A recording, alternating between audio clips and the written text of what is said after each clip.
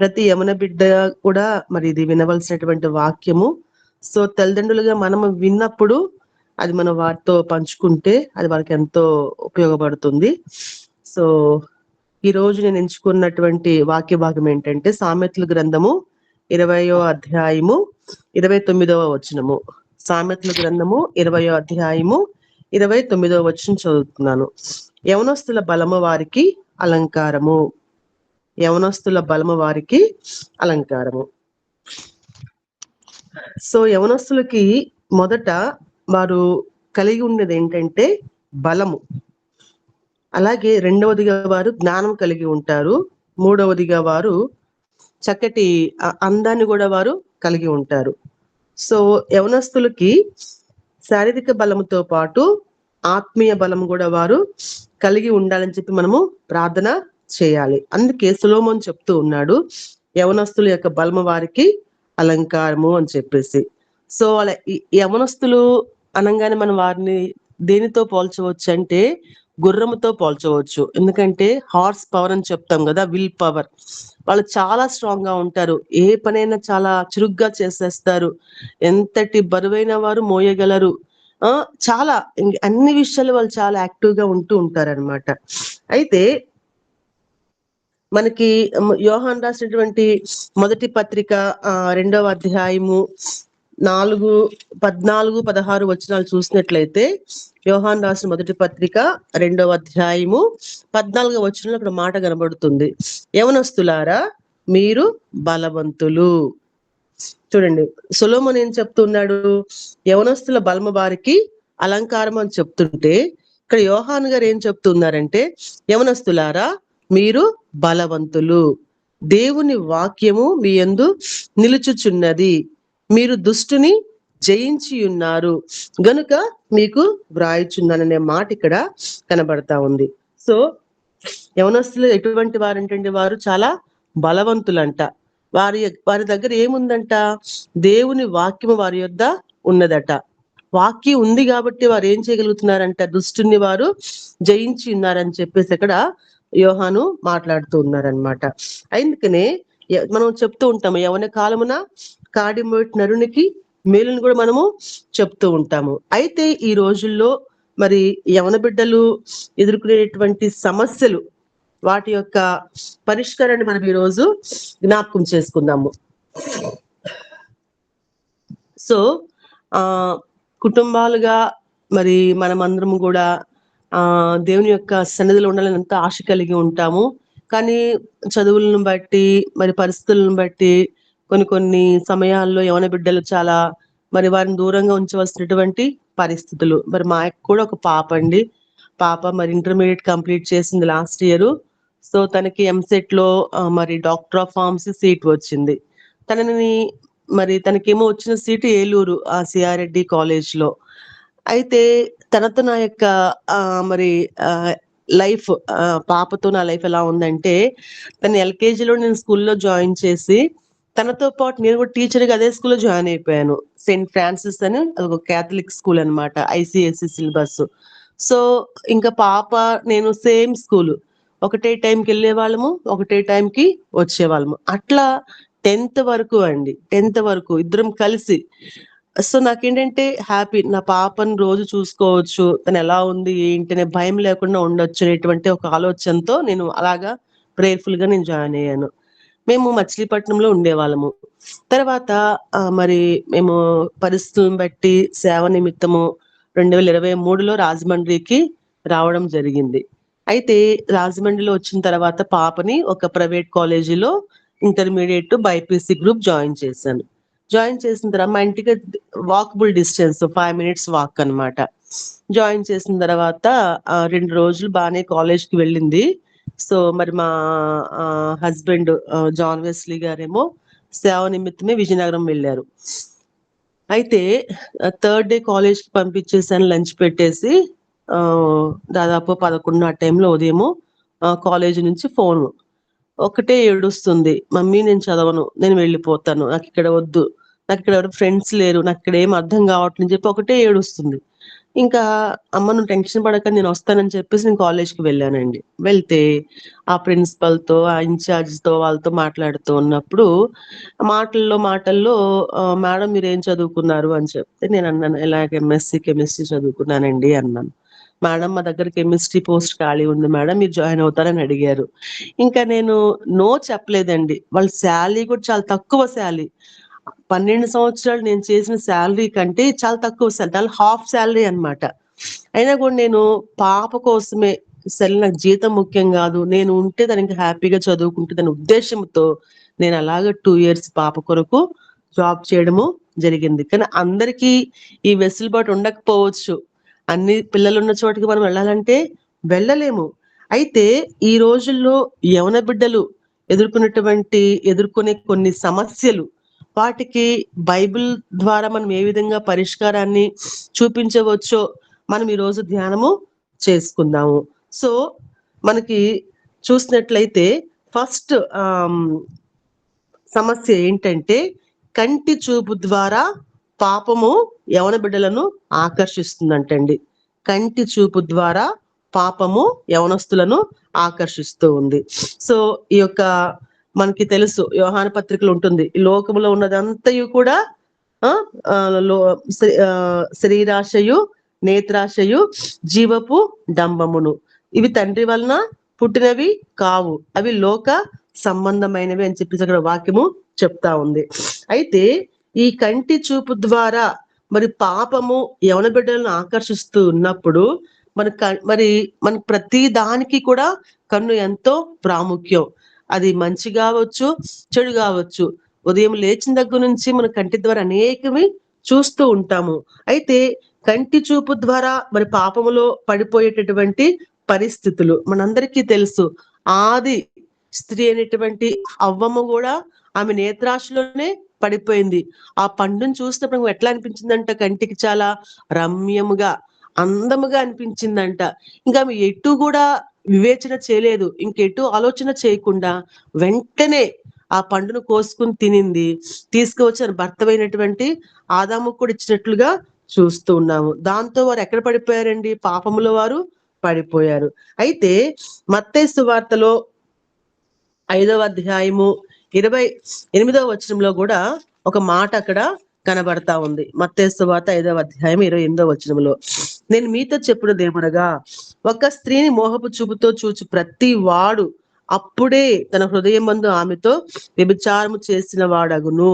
చూడండి, ఒక స్త్రీని మోహపు చూపుతో చూచు ప్రతి వాడు అప్పుడే తన హృదయమందు ఆమెతో వ్యభిచారము చేసిన వాడగనని చెప్పేసి ఇక్కడ వాక్యము సెలవిస్తా ఉంది. యేసు ప్రభు వారే స్వయంగా ఆ కొండ మీద ప్రసంగంలో ఆయన మాట్లాడుతున్నటువంటి మాట అండి. సో పాపము ఎంత దగ్గరగా వచ్చేస్తుందంటే ఇప్పుడు అందరి చేతుల్లో కూడా స్మార్ట్ ఫోను అరచేతుల్లో మరి వారికి మరి ప్రపంచమంతా ఒక అరచేతుల్లోనే కనబడతా ఉంది.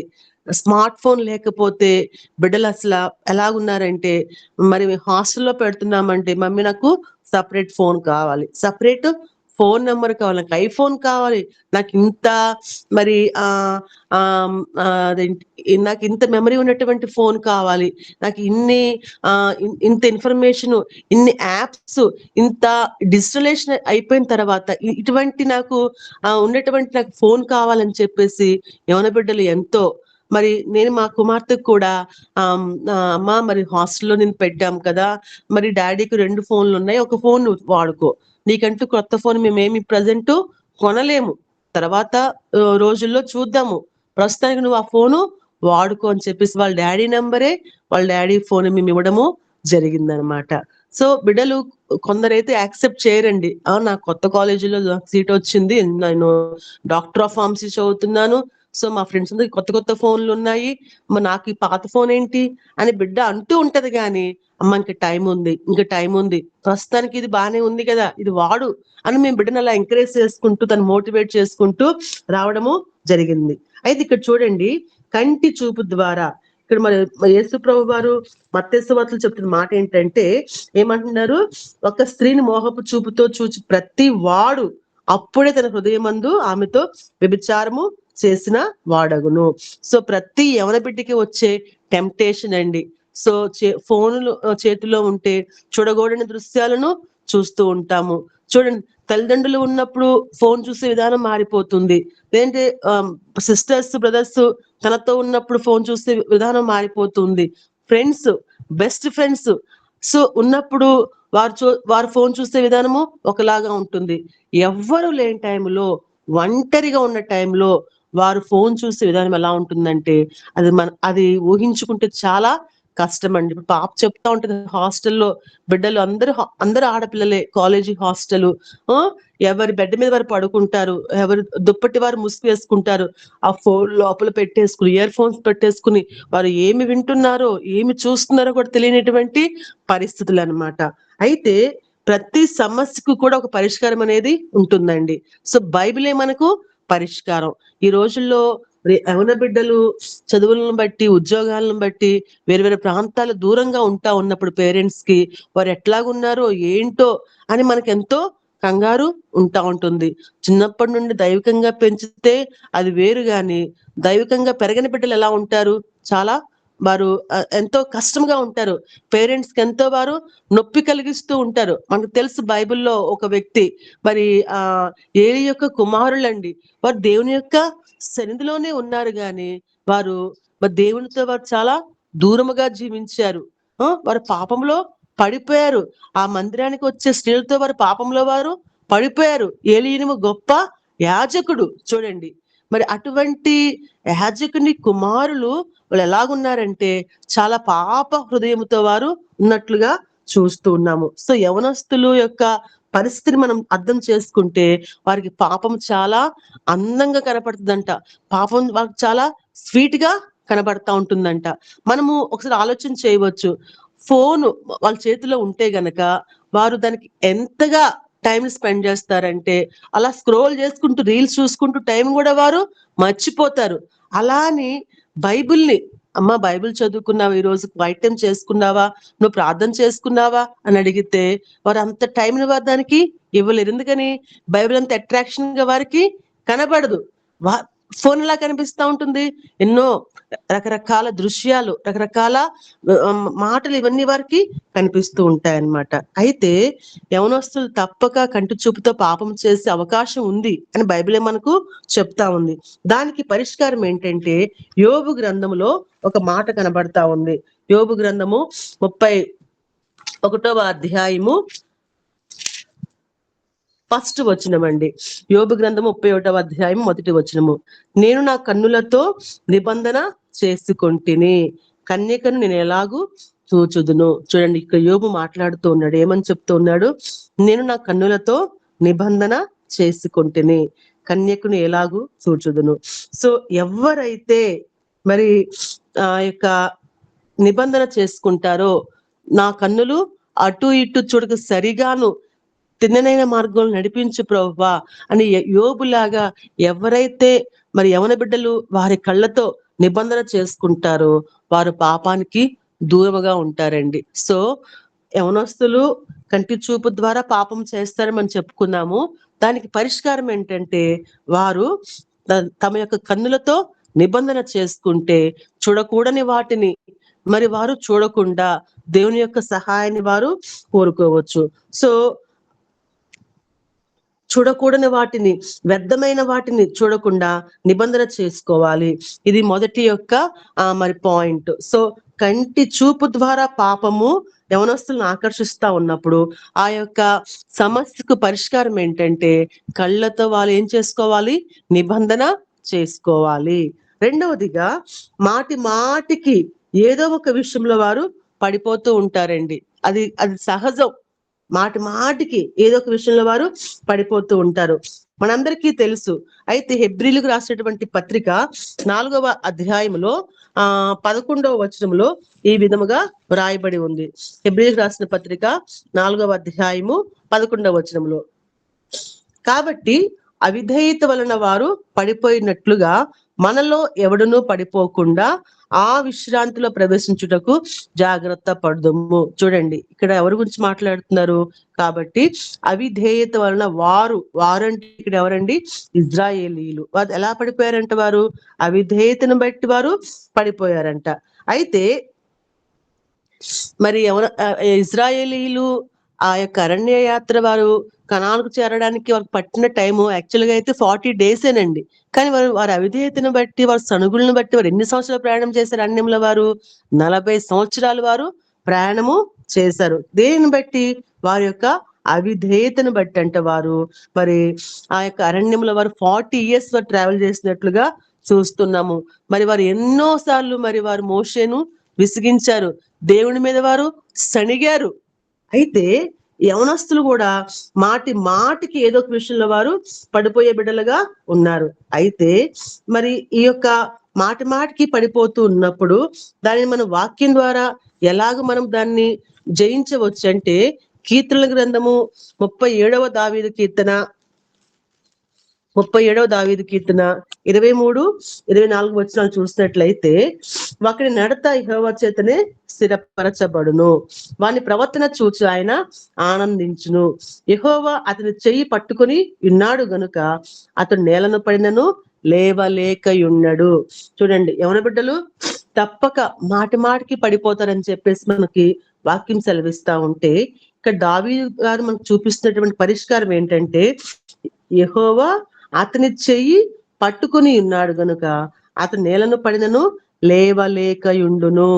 సో యవన బిడ్డలు ఎప్పుడైతే దేవుని చేతిని పట్టుకుంటారో, ప్రభువా నా చేతిని పట్టుకో అని వారు దేవునికి వారు ఒక ఒడంబడిక చేసుకుంటారో, అప్పుడంట వారు ఒక పడిపోయినా కూడా వారు లేవలేక ఉండడంట. కంపల్సరీ అతను లేస్తాడు అని చెప్పి ఇక్కడ వాక్యము సెలవిస్తా ఉంది. సో మరి యవన బిడ్డలు పడిపోతూ ఉన్నప్పుడు మరి ఎప్పుడైతే ప్రభువా నాకు సహాయం చేయని వారు దేవుని చేతిని పట్టుకుంటారో, మనకు తెలుసు మరి పేతురు గారు ఆ యొక్క నీళ్ళ మీద నడిచి వస్తూ ఉన్నప్పుడు ఎప్పుడైతే మరి దేవుని చూసినంతసేపు బాగా నడిచాడు, ఎప్పుడైతే నీళ్ళని చూశాడో ఏమైపోయాడండి? మునిగిపోవడం మొదలు పెట్టాడు. అప్పుడు యేసు ఏం చేశాడు? తన చెయ్యి ఇచ్చి తనని పైకి లేవనెత్తినట్లుగా చూస్తూ ఉన్నాం అన్నమాట. సో యవన బిడ్డలు ఎప్పుడైతే దేవుని చేతిని పట్టుకుంటారో వారు పడిపోయినా కూడా వారు లేచే బిడ్డలుగా ఉంటారనమాట. మూడవదిగా కీర్తనల గ్రంథము 119వ కీర్తన 9వ వచనంలో ఈ విధంగా రాయబడి ఉంది. ఏమనంటే, యవనస్తులు దేని చేత తమ నడతను శుద్ధిపరచుకుందురు. యవనస్తులు దేని చేత తమ నడతను శుద్ధి పరచుకుందురు, నీ వాక్యమును బట్టి జాగ్రత్తగా చూచుకొనుట చేతనే కదా. సో మూడో పాయింట్ ఏంటంటే, సరైనటువంటి నడక లేకపోవడానికి వారి కారణం ఏంటంటే, వారికి ఏం లేదంటండి, వారిలో వాక్యము లేదంట.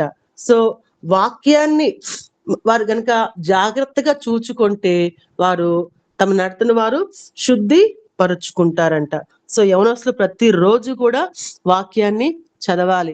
మరి యూద సాంప్రదాయం ప్రకారము ఆ యొక్క మరి తల్లిదండ్రులంట ఆ బిడ్డలకు వారు మరి 30 ఇయర్స్ వరకు వారిని చక్కగా వారు మరి ఆ యొక్క శిక్షలో బోధలో పెంచేవారుగా ఉన్నారంటే అండి. సో ఒక బిడ్డ మరి చిన్ననాటి నుంచి మరి బైబిల్ని వారికి చదవటం మనము నేర్పించాలి.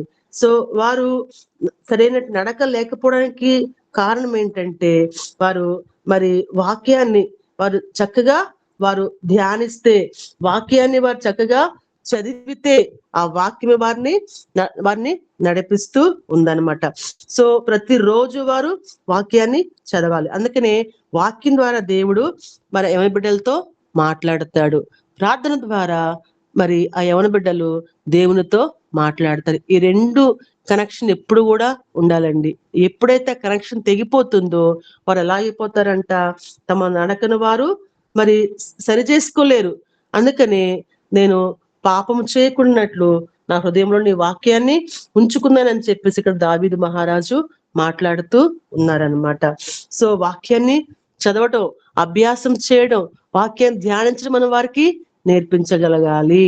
సో నాలుగోదిగా చూసినట్లయితే మరి యెషయా గ్రంథము 40వ అధ్యాయము 30వ వచనంలో ఒక మాట కనబడతా ఉంది. యవనస్తులు తప్పక తొట్టిల్లుదురు అనే మాట కనబడుతుంది. బైబిల్ చెప్తుంది కదండి, యవనస్తులు తప్పక తొట్టిల్లుతారని చెప్పేసి. మన యవన బిడ్డలు కూడా అంటూ ఉంటారు. సో మేము మా నైజం ఏంటంటే మేము పడిపోతూ ఉంటాము, లేస్తూ ఉంటామని చెప్తూ ఉంటారు. అయితే ప్రతి దానికి కూడా ఒక పరిష్కారం మనకు బైబిల్ ఇక్కడ చూపిస్తూ ఉంది. కొరింథీయులకు రాసినటువంటి మొదటి పత్రిక 10వ అధ్యాయము 12వ వచనంలో ఈ విధంగా రాయబడి ఉంది. అపోస్తలుడైన పౌలు కొరింథీయులకు రాసిన మొదటి పత్రిక 10వ అధ్యాయము 12వ వచనంలో ఈ విధముగా రాయబడి ఉంది. తాను నిల్చున్నానని తలంచుకునేవాడు పడకుండానట్లు జాగ్రత్తగా చూచుకొనవలెను. సో యవనస్తులు ఏమని చెప్తున్నారు? తప్పక తొట్టులుతున్నారు. అదేంటిది సమస్య. మాటి మాటికి వారు పడిపోతూ ఉంటారు, లేస్తూ ఉంటారు. అయితే ఇక్కడ పౌలు గారు ఇస్తున్న మాట ఏంటంటే, మనము నిల్చున్నానని తలంచుకునేవాడు పడిపోకుండా జాగ్రత్తగా చూసుకోవాలి. జాగ్రత్తగా చూసుకోవాలి. అయితే యవన బిడ్డలు ఎలా ఉంటారండి ఈ రోజుల్లో? నేనేం చేస్తున్నానో అది వారి చూడరంట.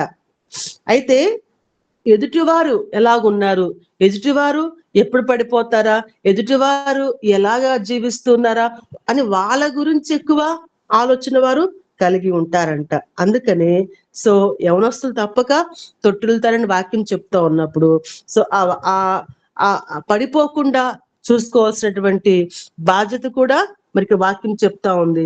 తాను నిల్చున్నానని తలంచుకునేవాడు పడకున్నట్టు జాగ్రత్తగా చూచుకొనవలెను.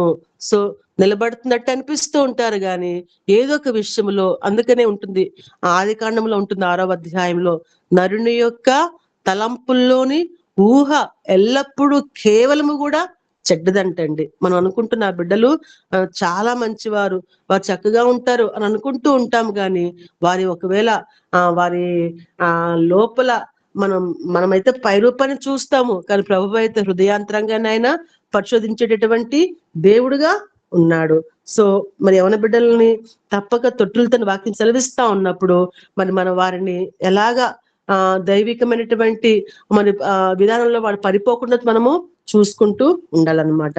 చివరిగా ప్రసంగి గ్రంథము 11వ అధ్యాయము 10వ వచనంలో మాట కనిపిస్తూ ఉంటుంది. లేత వయస్సును నడిప్రాయమును గతించి పోవును. చూడు, లేత వయస్సును నడిప్రాయమును గతించి పోవును. నీ దేహమును చెరుపు దానిని తొలగించుకొనుము. నీ దేహమును చెరుపు దానిని తొలగించుకొనుము. సో నా దేహాన్ని, యవన బిడ్డల యొక్క దేహాన్ని పాడు చేసేవి ఏవైనా సరే వాటిని జీవితంలో నుంచి వాటిని తీసివేయాలి. అది ఫోన్ కావచ్చు, వ్యసనాలు కావచ్చు, అది ఏమైనా సరే. ఈ రోజుల్లో యవన బిడ్డలు చాలా మరి డ్రగ్స్ కి, గంజాయికి వారు బానిసలైపోతున్నారు. మత్తు పదార్థాలకు వారు చాలా బానిసలైపోతూ ఉన్నారు. వారికి మరి ఈ మత్తు పదార్థాలకు బానిస అయిపోయినప్పుడు వారికి మన ముందేం చదువుకున్నాము? యవనస్తులారా మీరు బలవంతులని చదువుకున్నాం, మీరు దుష్టుని జయించిందరని చదువుకున్నాము. ఎప్పుడైతే ఈ వ్యసనాలకు వారు లోనైపోతారో సో వారిలో ఈ బలం ఉంటుందా అండి? వారికి జ్ఞానం ఉంటుందా? వారికి అందం ఉంటుందా? ఉండవు కదా. ముసలివారు అందంగా ఉంటారా? యవన బిడ్డలు అందంగా ఉంటారని మనం ఏం చెప్తాము? యవన ప్రాయంలో ఉన్నప్పుడు ఎంతో చక్కగా అందంగా ఉంటారు. ఎప్పుడైతే ఈ వ్యసనాలకు వారు దూరం బానిసలైపోతున్నారో వారి యొక్క బలము ఉడికిపోతుంది, జ్ఞానం పోతుంది, అందం కూడా పోతుంది అనమాట. ఈ రోజుల్లో చూసినట్లయితే అర్ధరాత్రుల్లో మేము చాలా ట్రావెల్ చేస్తూ ఉంటాము. ఒక్కోసారి లేట్ నైట్ మేము కారులో వస్తూ ఉన్నప్పుడు మరి బర్త్డే పార్టీస్ అని చెప్పేసి అర్ధరాత్రులు ఆ బండ్ల మీద వారు తిరుగుతూ ఆ రోడ్డు మధ్యలో ఆ బండ్లు ఆపేసేసి కేక్ కటింగ్ అని చెప్పేసి ఆ బర్త్డే బాయ్ మీద ఆ కేక్ నంతా ఆ ముఖమంతా రుద్దేస్తూ ఉంటారు. కొన్ని సార్లు అయితే ఎక్స్ తో ఆ మొహాన్ని కొట్టడం. సో చూడండి, వాళ్ళకి సరదా. వాళ్ళ తల్లిదండ్రులు ఎట్లా వారిని మరి విడిచిపెడుతున్నారో తెలియట్లేదు.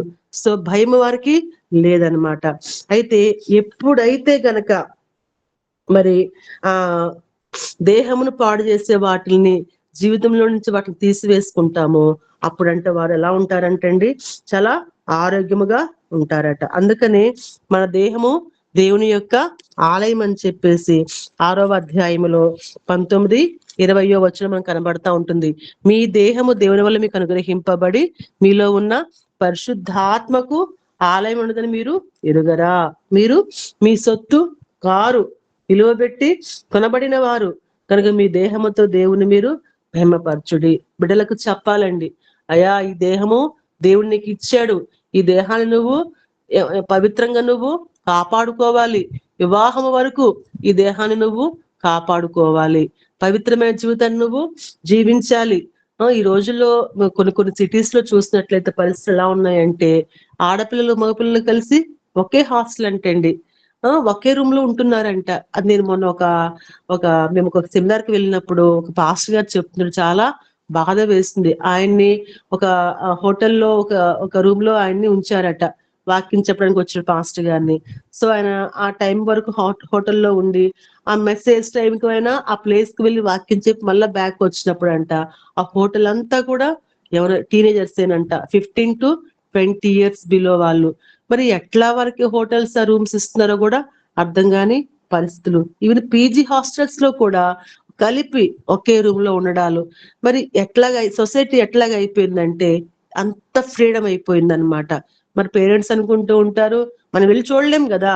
సో ఏమనుకుంటే నా బిడ్డ అక్కడ హ్యాపీగా చదువుకుంటున్నాడులే, నా బిడ్డ హ్యాపీగా చదువుకుంటుంది, ఆవిడ మంచి ప్లేస్ లో మేము పెట్టాము, కానీ అక్కడ వారు ఏం చేస్తున్నారో మనకు తెలియదు అనమాట. కాబట్టి పరిస్థితులు చాలా దారుణంగా ఉన్నాయి. సో మన యవన బిడ్డల్ని మనము ఎలాగా వారిని మనం సంరక్షించుకోవాలో, సో మన మన యవన బిడ్డలను మరి చిన్న వయసులోనే మరి ఆ యొక్క అన్న ఆ సమూయేలుని పాలు విడిచిన వెంటనే ఏ విధంగా మందిర సేవకు అప్పచెప్పిందో, దేవుని సేవకు ఆమె అక్కడ అప్పచెప్పిందో చూడండి. ఆ చిన్న బాలుడైనటువంటి సమూయేలంట తన చక్కటి మరి అంగి ఏఫోదును ధరించుకొని యెహోవాకు పరిచర్య చేసే బిడ్డలుగా ఉన్నాడు. అయితే ఈ రోజుల్లో యవన బిడ్డలు మరి దేవుని సేవకులకి ఎంత మరి హెల్ప్ఫుల్ గా ఉన్నారో నాకైతే తెలియట్లేదు. నిన్న మేము ఒక యూత్ మీటింగ్ కి వెళ్ళామండి. అక్కడ యవన బిడ్డలు ఎంతగా పాస్టర్ గారికి ఎంత వాళ్ళు చక్కగా చేదోడు వాదోడుగా ఉన్నారంటే చాలా సంతోషం అనిపించింది. ఈ రోజుల్లో యవన బిడ్డలకు వారికి నేర్పించేవారు లేరు. నేనేంటి మందిరంకి వెళ్ళి సేవ చేయడం ఏంటి, మరి నేను కూడా నా చిన్న వయసులోనే మా ఇంటి ప్రక్కనే మందిరం ఉండేది. సో నేను మందిర పరిచర్యలో మరి ఆ మందిరం శుభ్రం చేయడం గాని, చేపలే మంచిగా చేపలు వేయడం గాని, వాటర్ పెట్టడము, సేవకులు వస్తే మా ఇంటికి చక్కటి మా మమ్మీ మంచిగా పరిచర్య చేస్తారు, వడ్డించడం, ఇవన్నీ కూడా మేము చిన్ననాటి నుండి కూడా చేసాము. సో దేవుడు మమ్మల్ని అయితే విడిచి పెట్టలేదు. ఒక చక్కటి సేవకునికి నన్ను భార్యగా దేవుడు ఇచ్చాడు. మా తమ్ముడు కూడా ఒక మంచి కంపెనీలో ఒక మంచి ఉద్యోగస్తుడిగా ఉన్నట్లుగా నేను మీకు తెలియజేస్తున్నాను. సో మందిర పరిచర్య మరి పాస్టర్ గారికి మరి చక్కగా మరి రైట్ హ్యాండ్ గా ఉండడం అనమాట. ఈ రోజు తమ్ముడు మరి రాజేష్ కూడా చెప్తూ ఉంటాడు, సేవకునికి తను ఎంతో హెల్ప్ఫుల్ గా ఉంటూ తన జాబ్ తను చేసుకుంటూ తన టైం మిగతా రిమైనింగ్ టైంలో తన ఖాళీ టైంలో మరి మందిర పరిచర్యలో ఇలాగా వాడబడ్డము దేవుని యొక్క కృప అండి. అందుకనే దాని పరిష్కారం కూడా చూసినట్లయితే మనము క్రింది రాసిన 2వ పత్రిక 12వ అధ్యాయము 9వ వచనంలో మాట కనబడుతూ ఉంటుంది.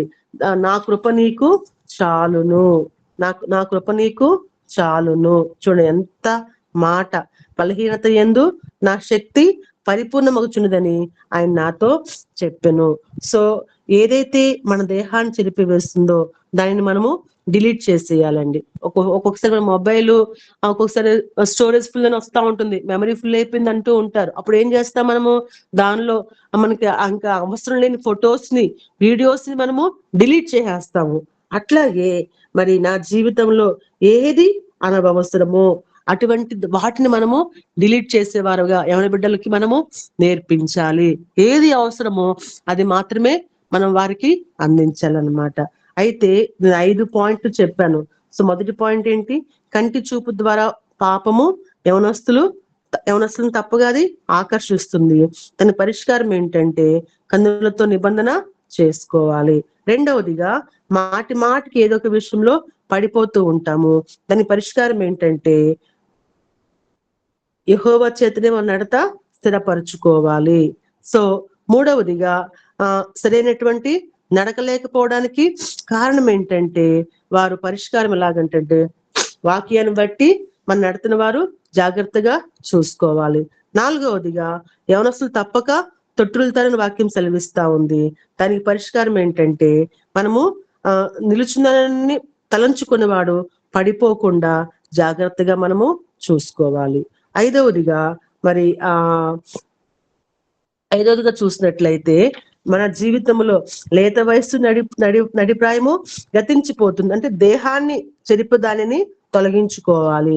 సో మన దేహాన్ని ఏవైతే పాడు చేస్తున్నాయో వాటిల్ని మరి మన యొక్క జీవితంలో నుంచి వాటిని తీసివేసుకోవాలి. అందుకే పౌలు గారితో ప్రభు చెప్తున్నాడు, నా కృప నీకు చాలును అని చెప్పేసి.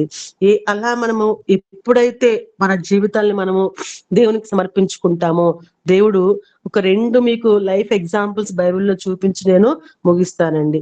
మనందరికీ తెలుసు ఈ రోజు యూత్ డిఫరెంట్ ఛాలెంజెస్ లో వాళ్ళు జీవిస్తూ ఉన్నారు. మరి యేసు ప్రభు యొక్క పుట్టుకలో కూడా మరియా మొట్టమొదటి క్యారెక్టర్ అండి. ఆమె తన యొక్క పరిశుద్ధతకు ప్రాధాన్యత ఇచ్చినట్లుగా చూస్తూ ఉన్నాము.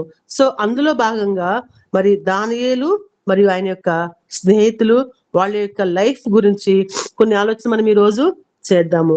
మనందరికీ తెలుసు, so practising your faith in Christ and living with faith. రాజులు 2వ గ్రంథము 24వ అధ్యాయము 14వ వచనంలో మనకు అక్కడ ఒక మాట కనబడుతుంది. రాజులు 2వ గ్రంథము 24వ అధ్యాయము 14వ వచనములో మనకి ఇక్కడ ఒక మాట ఏమని కనబడుతూ ఉందంటే,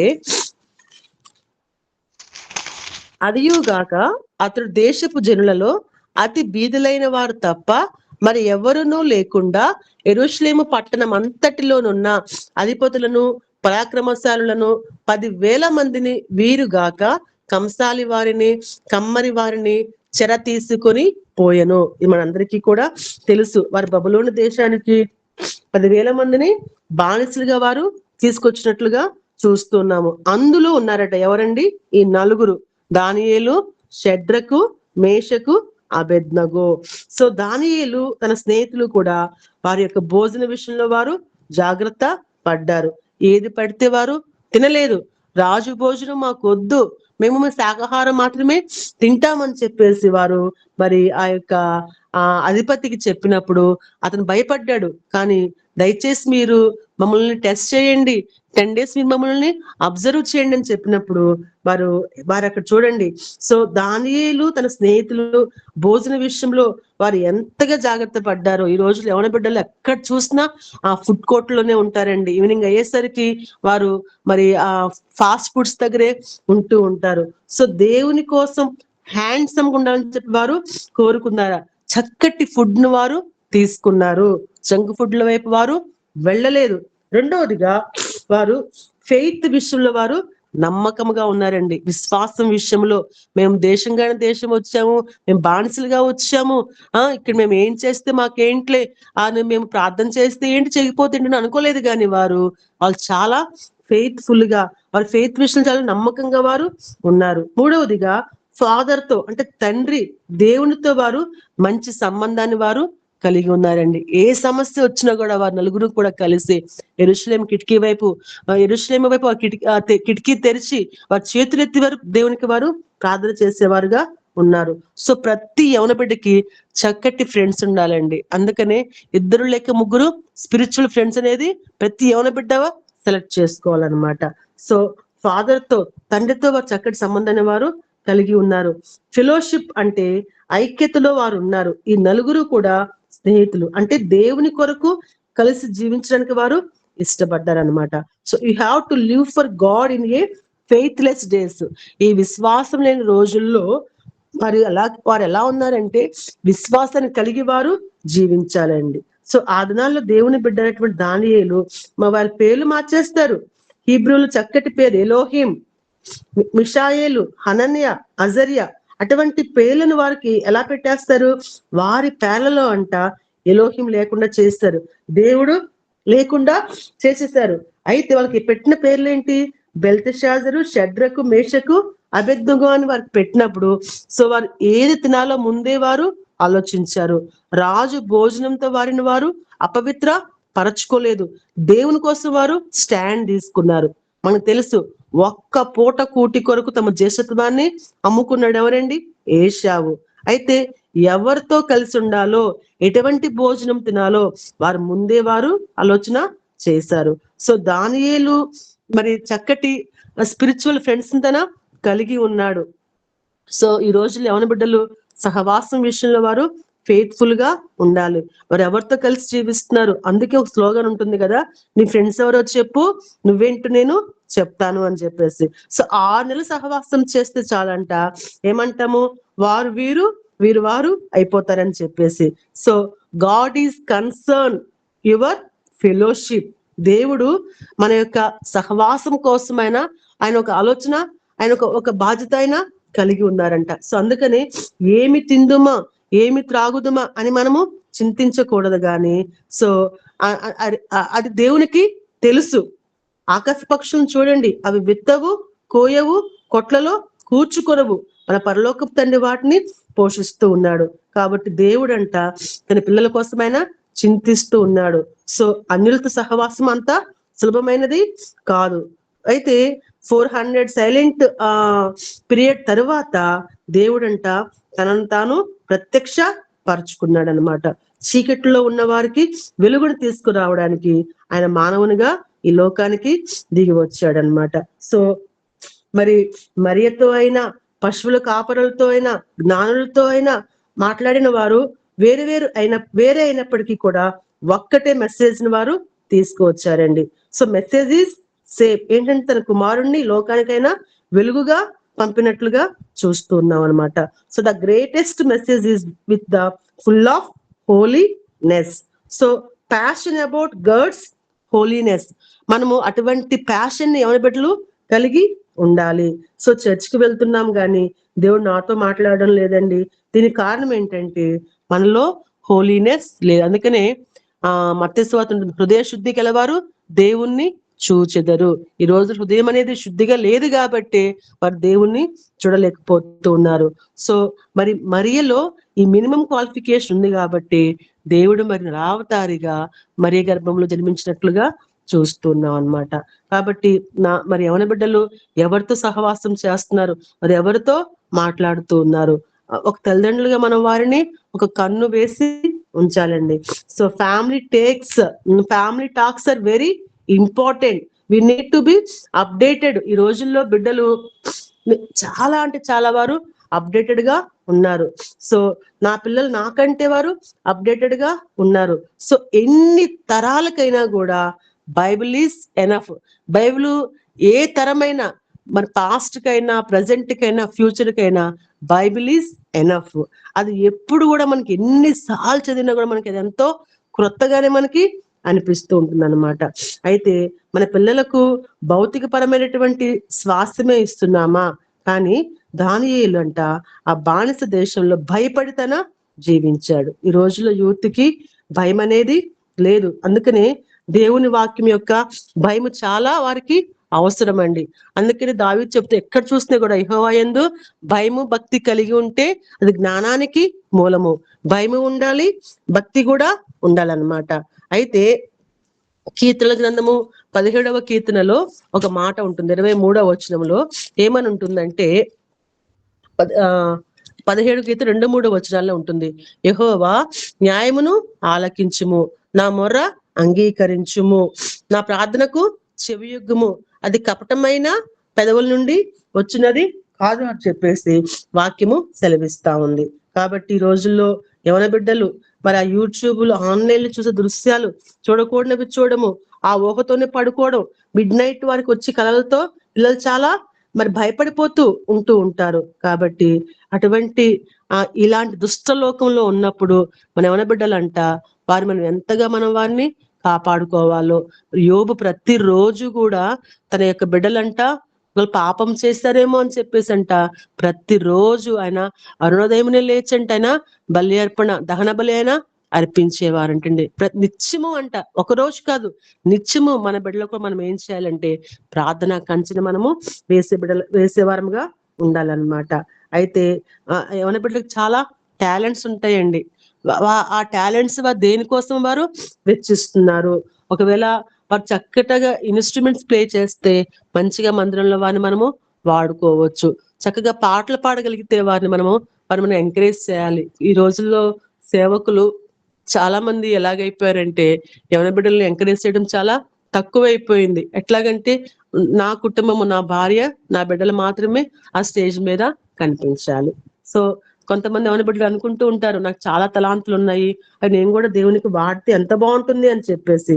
అయితే మనము వారిని ఎంకరేజ్ చేసే వారముగా ఉండాలి. అమ్మ నీ టాలెంట్ ఏంటి, నీకు ఇది ఉంది కదా, ఇది నువ్వు ఇది వాడు అని చెప్పేసి ప్రతి ఒక్కరికి మనము బాధ్యతను అప్పచెప్పేవారుగా ఉంటే వారిని కూడా మనం దేవుని యొక్క మన పనిలో మనము వారిని మనం ఇన్వాల్వ్ చేయొచ్చు. ఈ రోజుల్లో యూత్ కి మిషన్స్ అన్న, మిషన్ పరిచర్య అన్న వారికి తెలియదు. అసలు నా బిడ్డ డాక్టర్ అవ్వాలి, నా బిడ్డ ఇంజనీర్ అవ్వాలి, నా బిడ్డ లాయర్ అవ్వాలి ఇట్లా కోరుకుంటున్నారు. కానీ నా యవన బిడ్డలను నేను మిషన్స్ కొరకు పంపిస్తాను, నార్త్ ఇండియాకి నేను సేవకుని వారిని పంపిస్తాను. బైబిల్ ట్రాన్స్లేషన్ పరిచర్య ఉంది, బైబిల్ లిపి లేని భాషలు ఇంకా ఉన్నాయి. మనమైతే చక్కగా మన తెలుగులో మన బైబిల్ని మనము చదువుకుంటూ ఉన్నాము. కానీ ఇక చాలా మందికి, చాలా జాతులకి వారి సొంత భాషల్లో బైబిల్ అనేది లేదండి. సో ట్రాన్స్లేట్ చేసే బిడ్డలు లేపబడాలి. చక్కటి మరి మిషన్ మైనటువంటి బిడ్డలు వైద్య పరిచర్యలో కూడా చక్కటి భారం అండి. సో మన బిడ్డలు మనం ఎలాగ మనము పెంచగలుగుతూ ఉన్నాము. సో ఆ రోజుల్లో అందుకని బైబిల్ ఉంటుంది కదా, యవన కాలంలో నా కాడిమోటి నరునికి మేలు అని చెప్పేసి వాక్యము సెలవిస్తా ఉంది. అపోస్తుల కార్యాల్లో ఆ కాలంలో కూడా తమ ఆస్తుల్ని అమ్మంట దేవునికి వారు సమర్పించినట్లుగా చూస్తూ ఉన్నాము. సమిష్టిగా వారు పంచుకున్నారండి. అయితే అననీయ సప్పిరాలు దేవునికి ఇవ్వవలసిన వాటిని వారు ఇవ్వలేదు. అక్కడ చూడండి, యూత్ అంటే పడుచువారు వచ్చి వారి శవాలను అక్కడ పాతి పెట్టినట్లుగా చూస్తున్నాం అనమాట. సో ధనమే దేవుడిగా మారిపోతున్న రోజుల్లో బిడ్డలు ఉంటూ ఉన్నారు. యవన బిడ్డలకి ఎన్నో కోరికలు ఉంటూ ఉంటాయి, అట్రాక్షన్స్. వాళ్ళని చూసి వీళ్ళని చూసి వెంటనే ఫోన్లు మార్చేస్తూ ఉంటారు, వెంటనే బైక్స్ ని మార్చేస్తూ ఉంటారు. కానీ వారికి మనం ఏం చెప్పాలంటే, అమ్మా ప్రతి దానికి కూడా ఒక టైం అనేది ఉంటుంది. సో వారి యొక్క హృదయాన్ని వారు దేవునికి వారు అప్పగించుకోవాలి.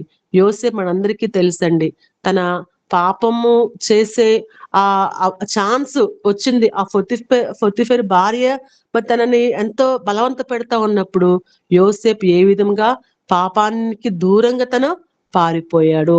యవన బిడ్డలకు ప్రతి రోజు వారికి వాక్యము వారికి గుర్తు రావాలి.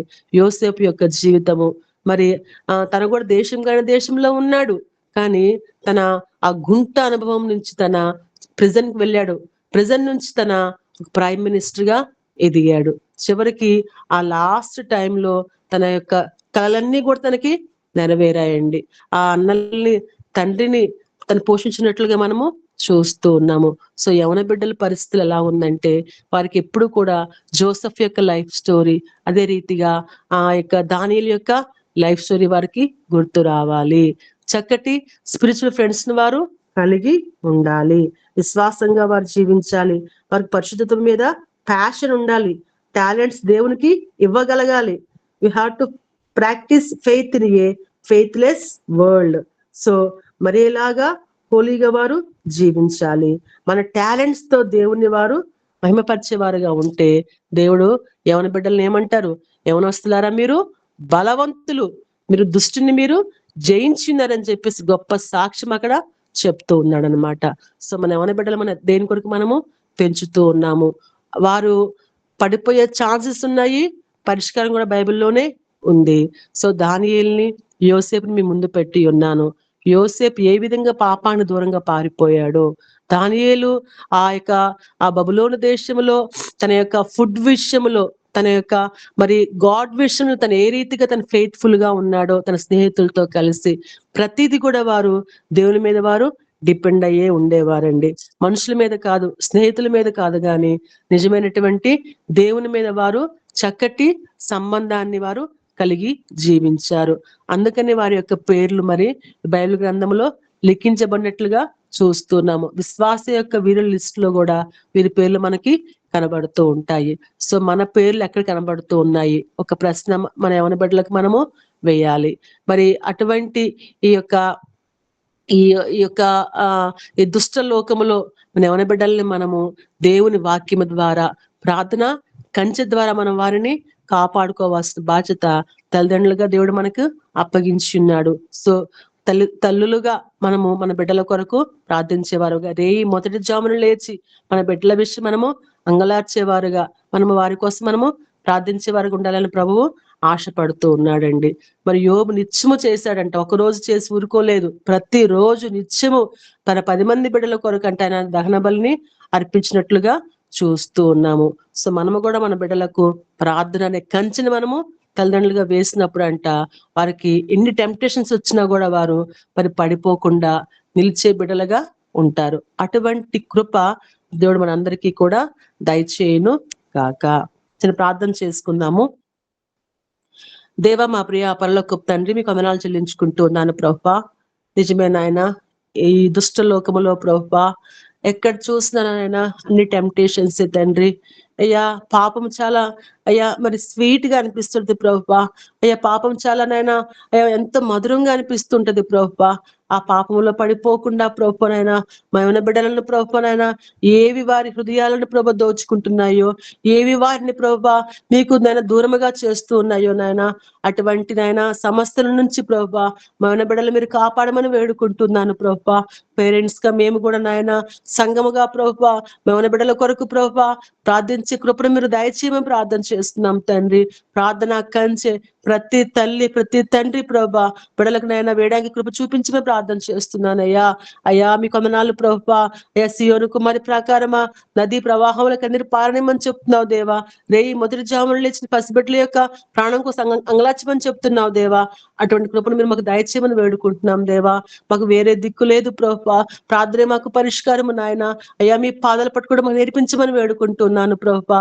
ప్రతిరోజు నాయన మరి యొక్క నిస్సి ప్రార్థనా పరిచర్యలు ప్రభా, అయ్యా మరి ఎర్లీ మార్నింగ్ 5 to 6:30 ప్రభా బిడ్డలైన అనేక మంది కూడుకుని ప్రభా చక్కటిగా ప్రార్థించిన గొప్ప అవకాశం బట్టి మీకు వందనాలు చెల్లించుకుంటున్నాం దేవా. వేకుని చేసే ప్రతి ప్రార్థన అంగీకరించి మేము ప్రార్థన చేస్తున్నాం నాయన. నడిపిస్తున్నటువంటి తమ్ముడు ప్రభా రాజేష్ దాని కుటుంబాన్ని కూడా దీవించమని వేడుకుంటున్నాం దేవా. ఎంతమంది ఈ రోజు ప్రేయర్కి వారు మరి ఏకీభవించారు ప్రభా, వారందరినీ జ్ఞాపకం చేసుకునే కుటుంబాలు దీవించమని ప్రార్థన చేస్తున్నాం దేవా.